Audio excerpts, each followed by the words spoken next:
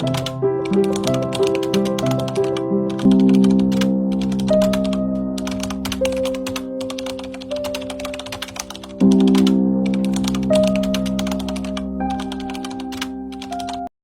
Salvador ha vivido una de las transformaciones políticas y sociales más profundas de los últimos 30 años. Pasamos de una guerra civil completamente llena de violencia a unos acuerdos de paz que prometían un país totalmente nuevo y a una de las épocas más violentas y más duras de la región, incluso del mundo, podríamos decir. Y hoy, actualmente, estamos en un modelo de seguridad que divide opiniones entre muchas otras cosas. Pero si hay una pregunta que realmente nos ha ayudado a entender todo este recorrido, es esta: ¿dónde está El Salvador dentro del pasillo estrecho hacia la libertad?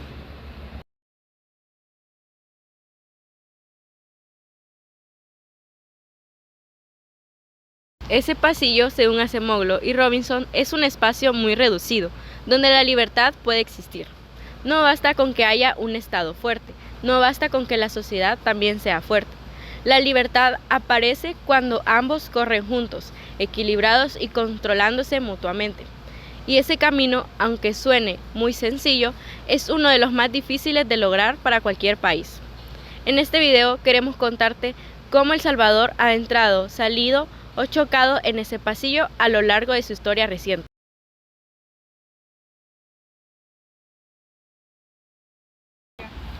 Acemoglu y Robinson explican que el Leviatán encadenado es donde el Estado existe dentro del pasillo estrecho. Es aquel que funciona, pero también está limitado por la sociedad. Es el Estado que todos los países buscan.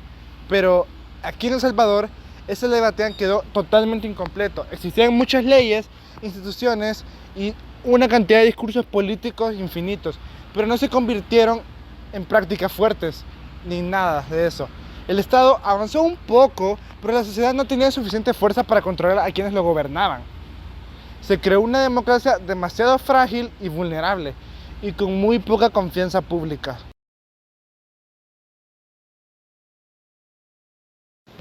A partir de los 2000, las pandillas comenzaron a ocupar los espacios donde el Estado no llegaba. Esto marcó el inicio del Leviatán ausente, un Estado que fue incapaz de proteger a los salvadoreños. El Salvador llegó a tener más de 100 homicidios por cada 100.000 habitantes.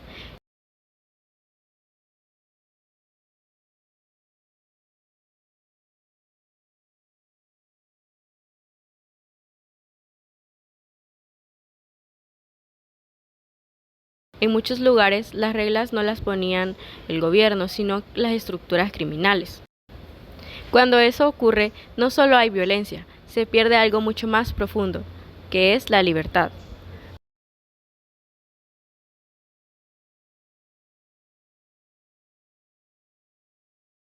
Por ejemplo, el testimonio de Xiomara, que fue recogido por SEAR, no las recuerda, ya que ella narra cómo tuvo que abandonar El Salvador para salvar su vida.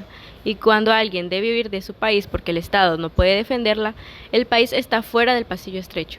Sin protección, no hay libertad ni mucho menos seguridad, no hay ciudadanía. Frente a la violencia, algunos gobiernos optaron por negociar en secreto con las pandillas. Se ofrecieron muchos beneficios, privilegios, que al final todo eso solo lo hicieron para tratar de reducir los homicidios en su tregua.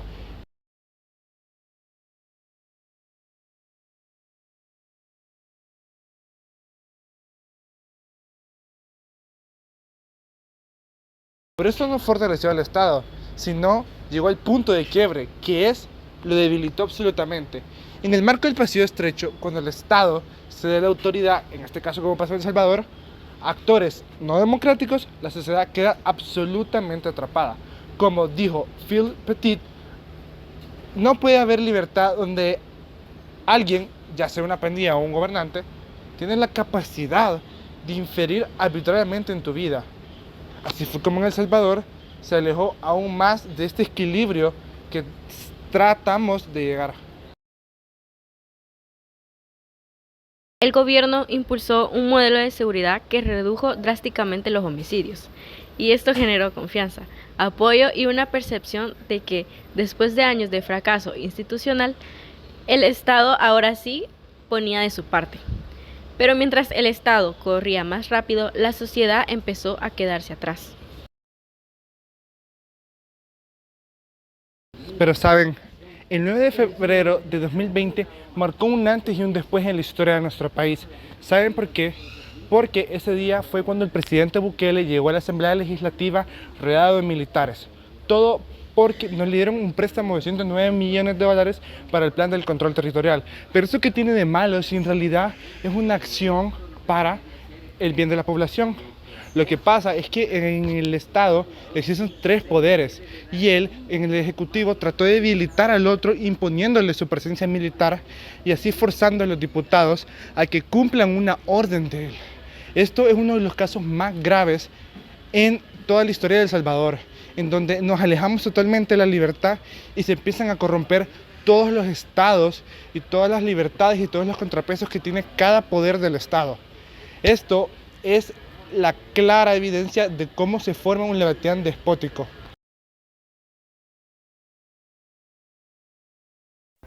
Después de un repunte violento que tuvimos en El Salvador en el 2022, los diputados aprobaron el régimen de excepción. El régimen de excepción, como muchos saben, es un momento en donde las libertades y garantías se suspenden por un momento determinado. Esto ayudó a una gran cantidad de capturas que hubieron.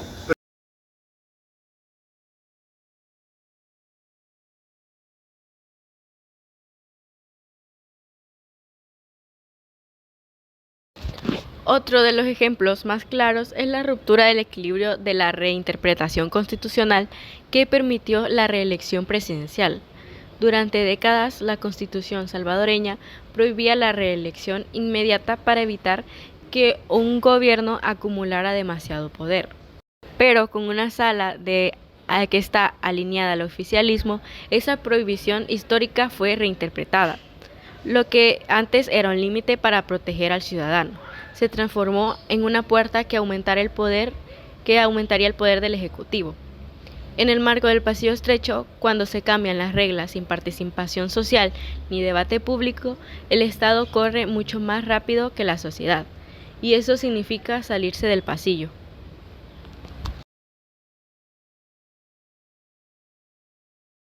Uno de los problemas más grandes de El Salvador hoy es la debilidad de la sociedad civil.